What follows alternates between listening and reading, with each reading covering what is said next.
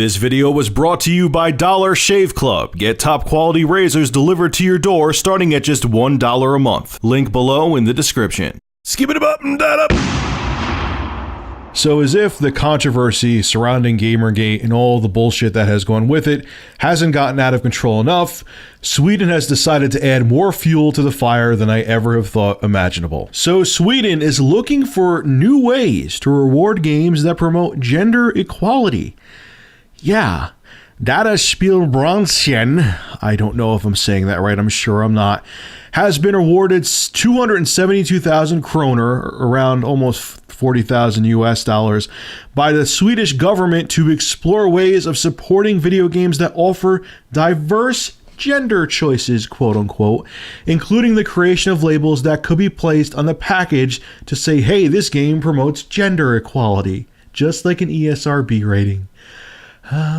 Also, the trade group Data Spielbranchen may offer companies that promote gender equality with certification that can be used throughout their marketing of the game. So when they make commercials, they could be like, hey, this game promotes gender equality. Yeah! This is what Data Spielbranchen manager Anton Albin said in a statement. I don't know of any other project in the world asking this question. And of course, we want Sweden to be a beacon in this area. Of course, games can be about fantasy, but they can be so much more than this. They can also be a form of cultural expression, reflecting society or the society we are hoping for.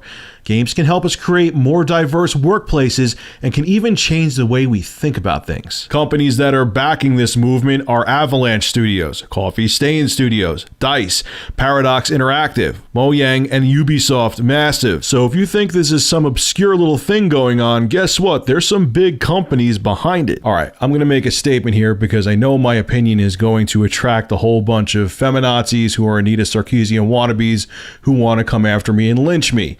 So here, let me tell you something. I am for women having equality in the workplace and in life.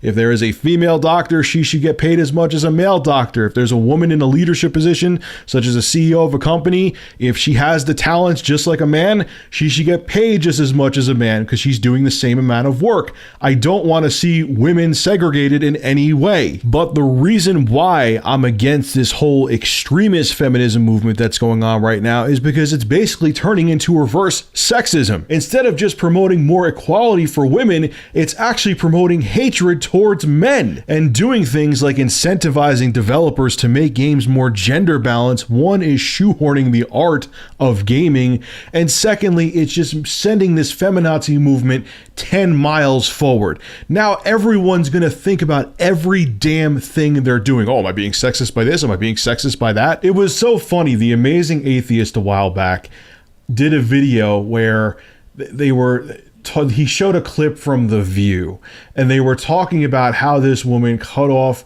her husband's penis. And they were all cheering him on. The crowd was cheering like, oh, he deserved it because he was cheating, so on and so forth. And he brought up the best damn point, is that if a man did that to a woman and like cut her breast off or did something like that, he's a monster. When a woman does it, she's a hero. Here's the reality behind feminism, okay? If you feminazis want to be treated equal, you also got to take the good with the bad. If you want to be treated just like a man, you have to be punished just like a man. You have to take everything with it. You can't just take the positives and cherry pick what you want to be treated equally with and then get a pass on other things. But that's the way human nature is, man. Everything is an extreme. Nothing is ever balanced. Everything becomes a fad, and everything's 100 miles an hour. It's either 0 or 100. It's kind of like reverse racism, you know, where there was so much hatred towards blacks and ignorant towards blacks. And now you have people from the African American community who use that, oh, there was people who were very racist back in the 60s and 70s to use reverse racism now. No, don't get it twisted what I'm saying. I know there are plenty of white racist people out there, but at the same time, it doesn't because the guy down the street's racist, okay, the other white guy down the street's racist, doesn't mean I'm racist. But there are people out there I've met black people out there who say, well, white people from the past were racist to my family and friends, so I'm just going to assume that every white person's racist, so I'm going to be racist towards them. And it sucks, man. It sucks that we're so extreme with everything. And that's the problem. That is what I fear with this whole hardcore feminism movement, is that it's going to go out of control and we're going to see some bad things happen because of it. So look, I'm going to end my video by saying this. I am for women having equal rights. I am for women being treated equally.